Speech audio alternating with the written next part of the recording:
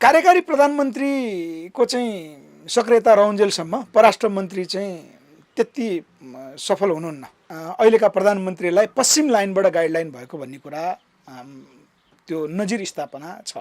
पश्चिमा र चीनको चाहिँ लडाईँ अथवा पश्चिमा र पूर्वीहरूको लडाईँको केन्द्र नेपाल बन्यो। विकृत राजनीतिको जगमा नेतृत्वहरू जो उदाए तिनीहरूले नेपाली जनताको काम गर्न सक्दैनन्। अब पिआइसीले गर्न सक्छ। राजनीतिक रूपमा पिआइसीलाई अगाडि नल्याउने हो, राजनीतिक डकुमेन्टको रूपमा नल्याउने हो भने कुनै पनि राज्य व्यवस्था चाहिँ लङ्गडो हुन्छ भन्ने निष्कर्ष निक्लिरहेछ। स्वतन्त्र नागरिकको सरकारको माग र हाम्रो पिआइसीले उठाउन खोजेको मुद्दा बिल्कुल फरक छ। विशेष गरी चाहिँ राजनीतिक दलले यो पिआइसीलाई चाहिँ लिड गर्नुपर्छ र पिआइसी हामी लागू गर्छौँ भनेर जनतामा प्रतिबद्धता गर्नुपर्छ। नागरिक सरकारको कुरा चाहिँ उहाँहरूको स्पष्ट छैन। यो नागरिक सरकार भनेको कसरी चुनिन्छ भन्ने कुरा पनि छैन, त्यसको खाका पनि छैन, त्यसले के गर्छ भन्ने कुरा पनि छैन। पिआइसीले चाहिँ कार्यपालिकाले गरेको संस्थागत भ्रष्टाचारको पनि सम्पूर्ण छानबिन गर्ने अधिकार राख्छ।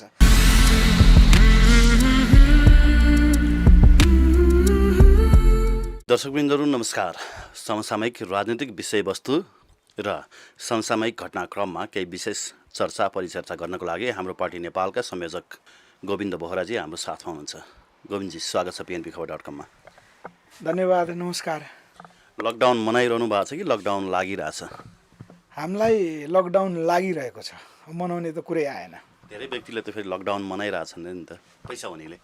सबभन्दा त्यसको उपज त हामीले अपराधिक क्रियाकलाप बढेको समेत पाएका छौँ। अब यो पैसा हुनेहरूलाई त एक किसिमको चाहिँ यो चाडबाड मनाएको जस्तो गरी दसैँ तिहारभन्दा अझ राम्रो गरी मनाएको चाहिँ हामीले पाएका छौँ। यो कोरोनाको कहरका बावजुद पनि उर्लिएको अलिकति चर्चामा आएको राजनीतिक अन्तर्द्वन्द्वलाई नजिकबाट निहालिरहनु भएको थियो तपाईँले, तर चिनिया राजदूतको प्रवेशले यो अन्तर्द्वन्द्व अलिकति सेलाएको थियो र त्यो सम्बन्धी थोरै टिका टिप्पणी पनि गर्नुभएको थियो तपाईँले। खासमा तपाईँले भने जस्तो र आकलन गरे जस्तो त भएन, त्यही पनि चिनिया राजदूतको यो संलग्नतालाई कसरी हेर्नु भएको छ? हामीले भनेकै अनुसारै भएको भन्ने कुरा बुझ्नु पर्यो।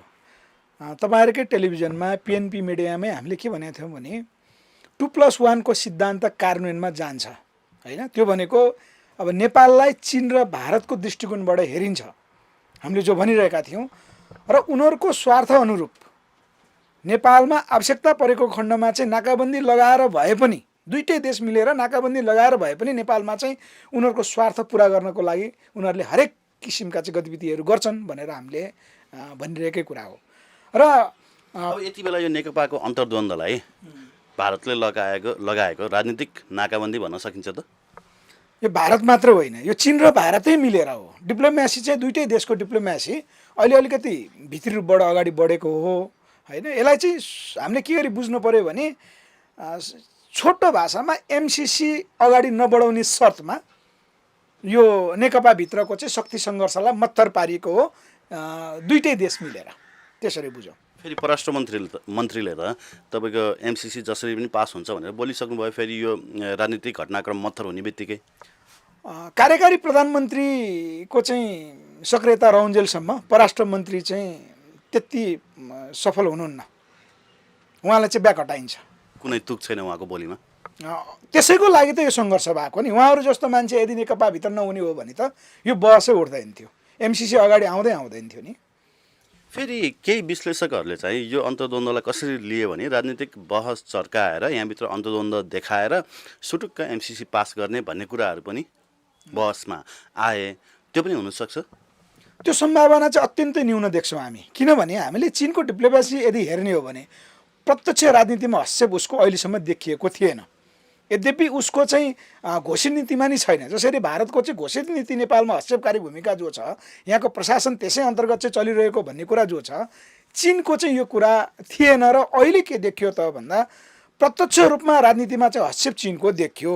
यसले गर्दाखेरि चाहिँ यसलाई चाहिँ राजनीतिभित्र खेलेर पश्चिमाहरूको योजना अन्तर्गत चाहिँ MCCलाई अगाडि बढाउने भन्ने कुराको तर्क एकदम चाहिँ यो कमजोर तर्क हो। यसलाई के गरी पुष्टि गरौँ भने बरु एउटा भ्रम थियो। हामीले चाहिँ पहिलादेखि नै भन्यौँ नेकपाको गठबन्धन उत्तरले मिलाइदिएको हो, यो कुरा चाहिँ पछि खुल्छ, तर अधिकांशले चाहिँ यो पश्चिमाले चाहिँ बनाइदिएको गठबन्धन हो, त्यसकारण यो चाहिँ मिल्दैन, यिनीहरूलाई अस्थिर राख्नलाई बनाइदिएको हो भन्थे। त्यो कुरा चाहिँ आज बरु पुष्टि के भयो भने यो उत्तरले नै मिलाइदिएको गठबन्धन हो। 2+1 को सिद्धान्तभन्दा बाहिर अब नेपाल जान सक्दैन। यस अर्थमा हामीले चाहिँ भनेको कुरा के हो भने नेपालको चाहिँ अब छिमेकी राष्ट्र पनि हो, भूगोल जोडेको राष्ट्र, दुईटैको चाहिँ स्वार्थ अनुरूप हामीले पनि आफ्नो डिप्लोमेसी चाहिँ तयार गरेर जानुपर्छ भन्ने कुरा हामीले गरिरहेका त हौँ। अब योभन्दा अगाडि आफ्नो कार्यकालमा एउटा भारतले लगाएको नाकाबन्दीका पिरियडमा अहिलेका सम्माननीय प्रधानमन्त्री केपी शर्मा ओलीले एउटा राष्ट्रवादी छवि बनाउनु भएको थियो र त्यही अनुरूप उहाँले एमसिसी पास नगर्ने नियत देखेर चाहिँ एमसिसीलाई आम सर्वसाधारणलाई एउटा बहसको विषय पनि बनाइदिनु भएको भन्ने चर्चा पनि नेकपा निकट साथीहरूले गर्नुभएको छ। त्यही अनुरूप अब एमसिसी पास नहुने नै देखेर प्रधानमन्त्री ओलीलाई चाहिँ हटाउने खेलोमेलो चलेको हुनसक्छ। अनि यसरी बुझ्नु पर्यो, यो अहिलेसम्मको हाम्रो राजनीतिक पृष्ठभूमि अनुसार अहिलेका प्रधानमन्त्रीलाई पश्चिम लाइनबाट गाइडलाइन भएको भन्ने कुरा त्यो नजिर स्थापना छ, त्यो स्थापित छ नजिर होइन। र पछिल्लो चरण नेपालको चाहिँ मामिलामा जब चीन र भारत अगाडि बढ्यो, विशेष गरी चीनको BRI परियोजना अन्तर्गतको सम्झौता भारतसँग जो भयो त्यसको चाहिँ अब नेपालले पनि सम्झौता गरेको हुनाले 2+1 को सिद्धान्त अगाडि बढिरहँदाखेरि पश्चिमा शक्तिबाट अगाडि बढेका शक्तिहरू जो हो त्यसको चाहिँ एउटा प्रमुख पात्र अहिलेका प्रधानमन्त्री पनि हुनुहुन्थ्यो। त्यसकारण यो 72 को चाहिँ नाकाबन्दीको समय र अहिलेको समय फरक छ र अहिलेको चाहिँ मुख्य केन्द्र नेपाल कहाँ हो भने पश्चिमा र चीनको चाहिँ लडाइँ अथवा पश्चिमा र पूर्वीहरूको लडाइँको केन्द्र नेपाल बन्यो। त्यसमा कुन शक्तिले जित्ने भन्दा चाहिँ हामीले प्रष्ट रूपमा भनेको अहिले चीनको नेतृत्वमा जो एउटा गठबन्धन अगाडि बढ्यो, हामीले 2+1 भनेको अहिले चीन र भारतको भन्नु पर्यो पूर्वीय देशहरूमध्ये, यो गठबन्धनको चाहिँ प्रत्यक्ष रूपमा जित हुने हामीले देख्यौँ। त्यसकै चाहिँ स्वरूप अहिले यो राजनीतिक सङ्घर्ष देखिएको हो। अब के लाग्छ प्रधानमन्त्री ओलीले अबको 2.5 वर्ष पनि कार्यकाल चलाउन पाउनुहुन्छ कि उहाँलाई अब यो बिचमा यो राजनीतिक अन्तर्द्वन्द मत्थर भए जस्तो भएको मात्रै हो, फेरि पनि यो विवाद चर्किनेछ? यो विवाद अझ चर्काइन्छ, यो मत्थर हुँदैन, यो अस्थायी रूपमा मत्थर हो। सम्भवतः नेकपाको थाई कमिटीमा यो विषय आउँछ। अब त्यहाँ इस्यु यस्तो बनाइएको छ कि उनीहरूको चाहिँ पार्टीको विधानै एक पद एक व्यक्ति जो छ त्यसलाई लिएर पनि सङ्घर्ष चलि नै हाल्छ। र हामीले के बुझ्नु पर्यो भने यो अहिलेको नेकपा जुन बन्यो योभन्दा अरू थुप्रै बाहिरको अरू पार्टीहरूका कुरा नगरौँ, सत्ताको बागडोर सम्हालेको नेकपा पश्चिमाको जगमा बन्यो, तर त्यसले कार्य चाहिँ कसको गर्नु पर्यो त भन्दा अहिले उत्तर र दक्षिणको चाहिँ काम गर्नु पर्यो। त्यसकारण यसको शरीर एउटा आत्मा अर्को भइदियो। अब यसको बावजुद के हुन्छ त भन्दा यहाँ दुईटा देशको उद्देश्य पुरा हुने गरी केपी ओली अगाडि बढ्नुभयो। यो सरकार अगाडि बढ्यो भने हुनसक्छ केपी ओलीलाई नै यो चाहिँ एक कार्यकालसम्म दिने गरी चाहिँ सरकार निरन्तरता पाउन सक्छ सरकारले, होइन भने यो बिचमै। अब यसमा त किन पश्चिमा त उसको पुरानो जग छ, पश्चिमाको सारा संरचना छ होइन, यहाँ चाहिँ सारा संरचनाले खेल्दाखेरि चाहिँ उत्तरको चाहिँ बल नपुग्न पनि सक्छ। त्यसकारण हामीले के भन्न सक्छौँ भन्दा अब सङ्घर्षमा जान्छ र नेकपाभित्रको चाहिँ दुईवटा मोर्चा, एउटा प्रचण्ड मोर्चा अर्को केपी ओली मोर्चा मध्ये दुईटैले चाहिँ आफ्नो हतियारहरू खोलिसकेको स्थितिमा अब त एउटाले अर्कोलाई गलाएर चाहिँ बरु अर्को कार्यकाल चाहिँ कसले हात पार्ने भनेको महाधिवेशनसम्म जाने गरी चाहिँ मोर्चाबन्दी भन्ने कुरा त प्रष्ट बुझिन्छ। त्यसकारण यो मिलेर जाँदैन, अब शक्ति सङ्घर्ष त्यहाँ सुरु भयो। अब तपाईँहरू पनि हामी सशक्त सङ्घर्ष गर्छौँ, अब हामी सशक्त रूपमा अगाडि बढ्छौँ भनिरहँदा अहिलेसम्म खासै ठोस कार्यनीति लिएर अगाडि बढ्नु भएको छैन। तर यो लकडाउनको पिरियडमा चाहिँ एउटा PIC गठनको प्रक्रियालाई अगाडि बढाउनु भएको छ। यो PIC के हो र होइन यो गठन प्रक्रिया कहाँ पुगेको छ त्यो बारे पनि थोरै बताइदिनुहोस् न। धन्यवाद यहाँलाई, एकदम नौलो विषय। हामीले जो अहिले लकडाउनको पिरियडमा होमवर्क गऱ्यौँ, हामी सङ्घर्ष गर्दा जुन एउटा वैधानिक विद्रोहको कार्यनीति लिएर अगाडि बढिरहेका थियौँ। अब यो कोरोना सङ्क्रमणले गर्दा हामीलाई यो चैत महिना यो भरि चाहिँ केही काम गर्न पाइएन र अहिले सरकारले पनि एउटा मापदण्ड बना हुनाले हामीले राष्ट्रिय भेला सिद्ध्याउनु पर्थ्यो, त्यो अलिकति पछाडि धकालिएको छ। अब यही बिचमा हाम्रो तयारी अहिले के आयो भने PIC अर्थात् पिपुल्स इन्डिपेन्डेन्ट कमिसन, जनताको स्वतन्त्र आयोग, यसको सुरुवाती परिकल्पनाकार अहिले उहाँ बेलायतमा हुनुहुन्छ, उहाँ नेपाल फर्किँदै हुनुहुन्छ, अरुण साक्यजी हुनुहुन्छ। उहाँले 2015बाट चाहिँ यो अभ्यास गरिरहनु भएको रहेछ र यो 4 महिना अगाडि चाहिँ हाम्रो सम्पर्क उहाँसँग भयो। यो हुने क्रममा हामीले पनि नेपालमा चाहिँ अब राज्य व्यवस्थापन यो भद्रकोल विकृत राज्य व्यवस्था चाहिँ जहिले पनि चलिरहने त, नेपाली जनताले 7 सालदेखि सङ्घर्ष गरिरहने र अहिलेसम्म चाहिँ 4-4वटा राज्य व्यवस्था आइसक्दा पनि जनताको चाहिँ कुनै पनि मागहरू पुरा नहुने भनिसकेपछि के हो त भन्दा हामीले हाम्रो पार्टी नेपालको तर्फबाट मुद्दाहरू पेश गऱ्यौँ।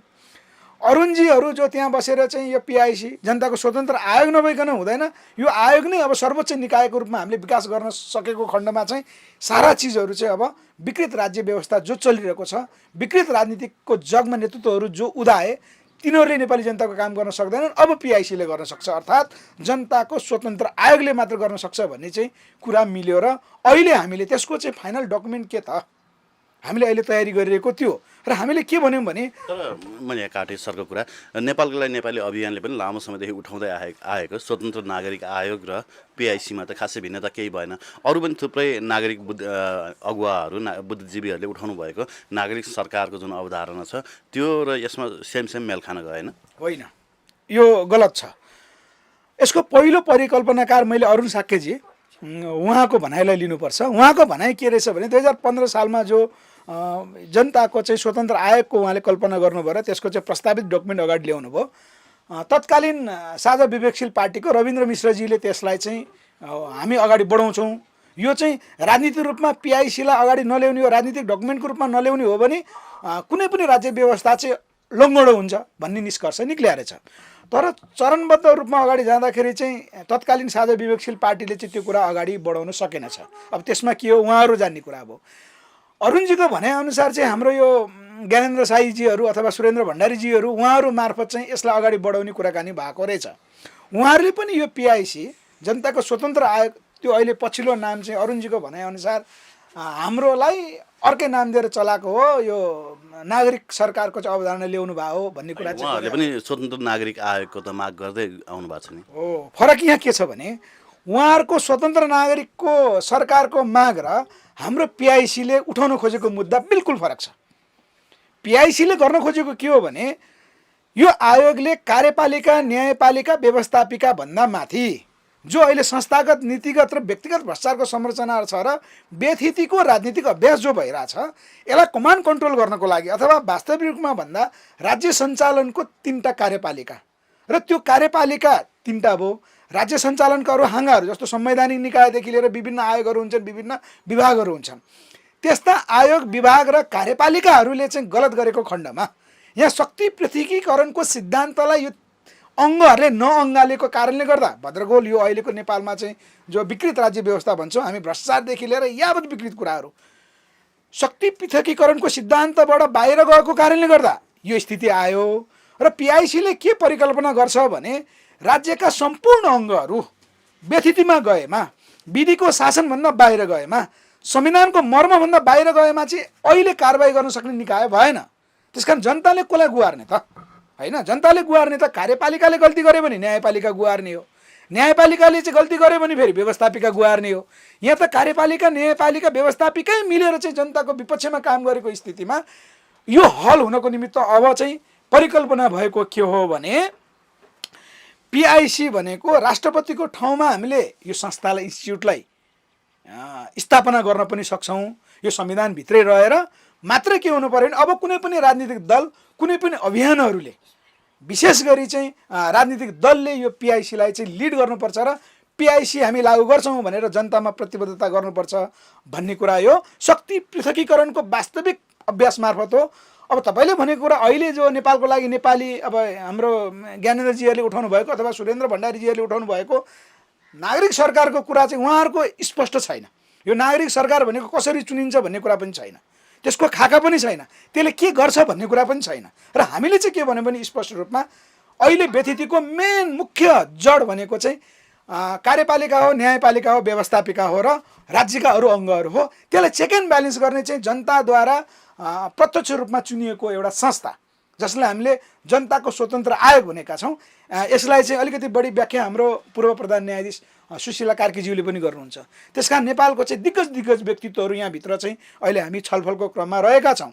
अब यो बढीले चाहिँ कार्यक्रम गर्नलाई चाहिँ तयारी गर्दैछ। यो लकडाउनको कारणले हो सम्भवतः। अब यो पिआइसीले चाहिँ योभन्दा पहिलाको अभियान कर्मीहरू जस्तै आफ्नो अवधारणा जनतामा राख्छ, जनताबाट चाहिँ थप एउटा प्रस्तावित अहिले अवधारणा छ, जनताबाट थप आएको जुन सुझाव हुन्छ, सल्लाह, टिप्पणी, त्यस्ता कुराहरूलाई समेटेर फाइनल डकुमेन्ट राखेर चाहिँ जनतालाई चाहिँ यसले आह्वान गर्छ। अब धेरैवटा देशमा पब्लिक इन्डिपेन्डेन्ट कमिसनको यस्तो अवधारणा छैन, धेरैवटा इन्डिपेन्डेन्ट कन्ट्रिजहरूमा छैन। बाहिरी मुलुकहरूमा दाँजेर हेर्ने हो भने कुन कुन देशमा यस्ता खालका यसरी भनौँ न सुरुवात गरिएको रहेछ नागरिक स्वतन्त्रता आयोगको?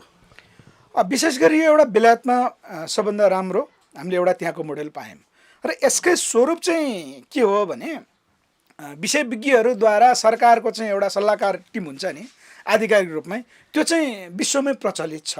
जस्तो भारत हाम्रो छिमेकी देश भारतमै छ, अरू जस्तो चिनमा नभए पनि, चिनमा त कम्युनिस्ट पार्टीकै मार्गदर्शनले काम गर्छ भने हाम्रो चाहिँ इजरायलमा पनि छ र स्क्यान्डिनेभियन कन्ट्रीहरू हल्यान्ड, नेदरल्यान्ड, स्विजरल्यान्ड त्यस्ता देशहरूमा चाहिँ विषय विज्ञहरूको एउटा थिङ्क ट्याङ्क हुन्छ। त्यो थिङ्क ट्याङ्कले भनेको कुरा चाहिँ त्यहाँको सरकारले कार्यान्वयन गर्ने हुन्छ होइन। अब अहिले बेलायतमा भएको चाहिँ के हो भने त्यहाँ विभिन्न विभागहरू हुन्छ। जस्तो उदाहरणको लागि मैले अहिले के उदाहरण दिन सक्छु भने जस्तो योभन्दा पहिलाको मन्त्री परिषदले गरेको निर्णय, यो सार्वजनिक जग्गा घोटाला प्रकरण होइन, यो चाहिँ कार्यपालिकाले गरेको चाहिँ एउटा संस्थागत निर्णय जो भनिया छ, यसलाई कारबाही गर्ने के त भन्दा यदि यस्तो बेलायतमा चाहिँ हुनै सक्दैन, त्यहाँको एउटा राज्यको प्रणाली भएको कारणले, यदि हुन्थ्यो भने पिआइसी हुन्थ्यो भने के हुन्छ त, त्यो पिआइसीले चाहिँ कार्यपालिकाले गरेको संस्थागत भ्रष्टाचारको पनि सम्पूर्ण छानबिन गर्ने अधिकार राख्छ। र बेलायतमा भएको उदाहरण चाहिँ विभिन्न डिपार्ट हुन्छ होइन। जस्तो चाहिँ अर्थ क्षेत्रको आर्थिक विभाग हुन्छ, त्यसको हेड अफ एउटा चाहिँ इन्स्टिच्युट हुने भयो होइन। अब नेपालमा चाहिँ हामीले के भन्यौँ भने यो पिआइसी अन्तर्गतका विभिन्न डिपार्टहरू, जस्तो हाम्रो यहाँ सम्पत्ति शुद्धिकरण छ, अख्तियार दुरुपयोग अनुसन्धान आयोग छ होइन, महालेखा परीक्षण नियन्त्रण कार्यालयको चाहिँ एउटा हिसाब गर्ने चाहिँ सरकारी निकाय छ भने यस्तै पिआइसीको तलसम्मको संरचना कल्पना गरेका हौँ। विश्वमा थिङ्क ट्याङ्कले काम गर्ने, नेपालमा चाहिँ विश्वको भन्दा पनि अझ राम्रो हामीले कल्पना गरे हौँ। कार्यपालिका, न्यायपालिका, व्यवस्थापिका भन्दा उच्च, जो जनताको प्रत्यक्ष सहभागिता हुने संस्था भनेर हामीले बुझ्नुपर्छ। ओके सर, यावत विषयहरूमा कुराकानी गऱ्यो, समय दिनुभयो। समय यहाँसम्म कोरोनाका कहरका बावजुद पनि तपाईँको घरसम्मै आउने अनुमति दिनुभयो। तपाईँलाई समय र महत्त्वपूर्ण विचारका लागि धन्यवाद दिन चाहन्छु। हस्, युवराजी र पिएनपी टेलिभिजनलाई पुनः हाम्रो तर्फबाट धन्यवाद दिँदै म के भन्न चाहन्छु भने यो पिआइसीलाई तपाईँहरू मिडियाकर्मी साथीहरूले साँच्चै बहसमा चाहिँ ल्याइदिनु हुन म अनुरोध गर्छु। र विदेशमा साथीहरू हुनुहुन्छ, स्वदेशमा हामी छौँ, हामीले के गर्दैछौँ भने यो पिआइसी वास्तविक जनताको हुन सक्छ सक्दैन, एउटा प्रस्तावित अवधारणा ल्याएका छौँ। जनताले त्यसमा चाहिँ अनुमोदन गर्नुहुन्छ र नेपालका दिग्गज व्यक्तित्वहरूले पनि यसलाई चाहिँ बहसमा ल्याउनुहुन्छ भन्ने हाम्रो अपेक्षा छ। पिआइसीलाई विशेष गरी चाहिँ मिडियामा ल्याइदिनु हुन, बहसको निमित्त ल्याइदिनु हुन र अहिले जो भ्रममा रहनुभएका विभिन्न अभियानका नाममा अपवाद बाहेकका होइन, अब अभियानहरू त छन्, त्यस्ता चाहिँ गलत तरिकाले भ्रममा परेर लागेका साथीहरूको चाहिँ एकदम दिमाग छर्लङ्ग बनाउनु छ। त्यसको लागि चाहिँ तपाईँहरूको मिडिया असाध्यै काम लाग्छ। अहिलेको चाहिँ सामाजिक सञ्जालमा सबभन्दा अब्बल मिडिया हाम्रो लागि सबै जनतामा पुग्ने भनेको चाहिँ यो युट्युब मिडिया नै हो। तपाईँहरू चाहिँ हाम्रो लागि सबभन्दा ठुलो मिडिया हुनुहुन्छ। यसको निमित्त म स्वयं ब्रह्माण्ड र हाम्रो पार्टी नेपाल अनि पिआइसी टिमको तर्फबाट चाहिँ नमन गर्न चाहन्छु। सबैको जय होस्।